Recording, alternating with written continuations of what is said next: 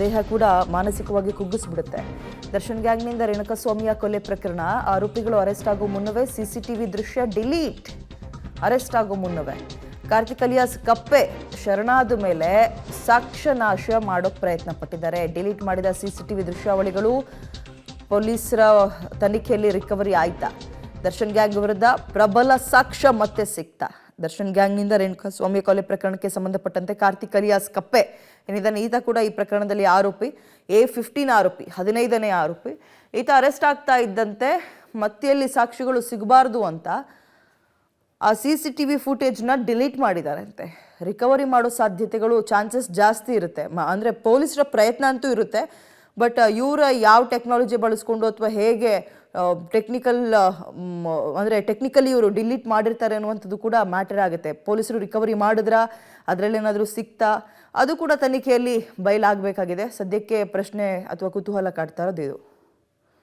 ಹೆಚ್ಚಿನ ಡೀಟೇಲ್ಸ್ ನಮ್ಮ ಪ್ರತಿನಿಧಿ ಉಮೇಶ್ ನೀಡ್ತಾರೆ. ಉಮೇಶ್, ಈ ಪ್ರಕರಣದಲ್ಲಿ ಟೆಕ್ನಿಕಲ್ ಎವಿಡೆನ್ಸೇ ಬಹಳ ಪ್ರಾಮುಖ್ಯತೆಯನ್ನು ಪಡೆದುಕೊಳ್ತಾ ಇದೆ. ರೇಣುಕಾಸ್ವಾಮಿ ಕೊಲೆ ಪ್ರಕರಣದಲ್ಲಿ ಇದೀಗ ಯಾವುದೋ ಒಂದು CCTV ಫುಟೇಜ್ನ ಡಿಲೀಟ್ ಮಾಡಿದ್ದಾರೆ ಅನ್ನೋ ಮಾಹಿತಿ ಏನಿತ್ತು, ರಿಕವರಿ ಮಾಡಿದ್ರ ಪೊಲೀಸರು ಅಥವಾ ಕಷ್ಟ ಸಾಧ್ಯವಾಗ್ತಾ ಇದೆಯಾ? ಡೀಟೇಲ್ಸ್ ಕೊಡೋದಾದ್ರೆ.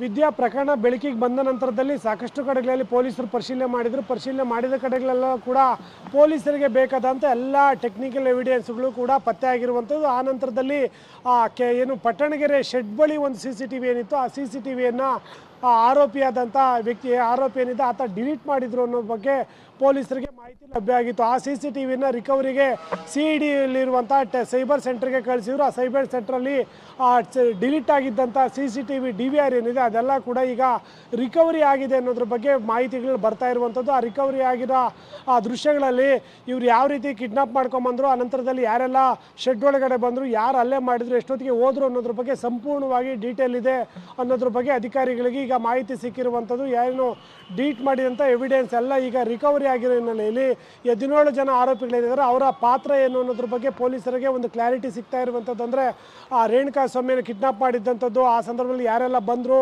ಮತ್ತು ಆತನ ಬಾಡಿನ ಎಷ್ಟೊತ್ತಿಗೆ ಶಿಫ್ಟ್ ಮಾಡಿದ್ರು, ಎಲ್ಲವೂ ಕೂಡ ಆ CCTVಯಲ್ಲಿ ರೆಕಾರ್ಡ್ ಆಗಿತ್ತು. ಅದನ್ನು ನಂತರ ಘಟನೆ ನಡೆದ ನಂತರದಲ್ಲಿ ಅದನ್ನು ಡಿಲೀಟ್ ಮಾಡುವಂಥ ಕೆಲಸವನ್ನು ಕೂಡ ಆರೋಪಿಗಳು ಮಾಡಿದರು. ಈ ವಿಚಾರ ತಿಳಿದಂಥ ಪೊಲೀಸರು ಆ ರಿಕವರಿಗೆ ಕೊಟ್ಟಿದ್ರು. ಈಗ ಎಲ್ಲವೂ ಕೂಡ ರಿಕವರಿ ಆಗಿರುವಂಥದ್ದು.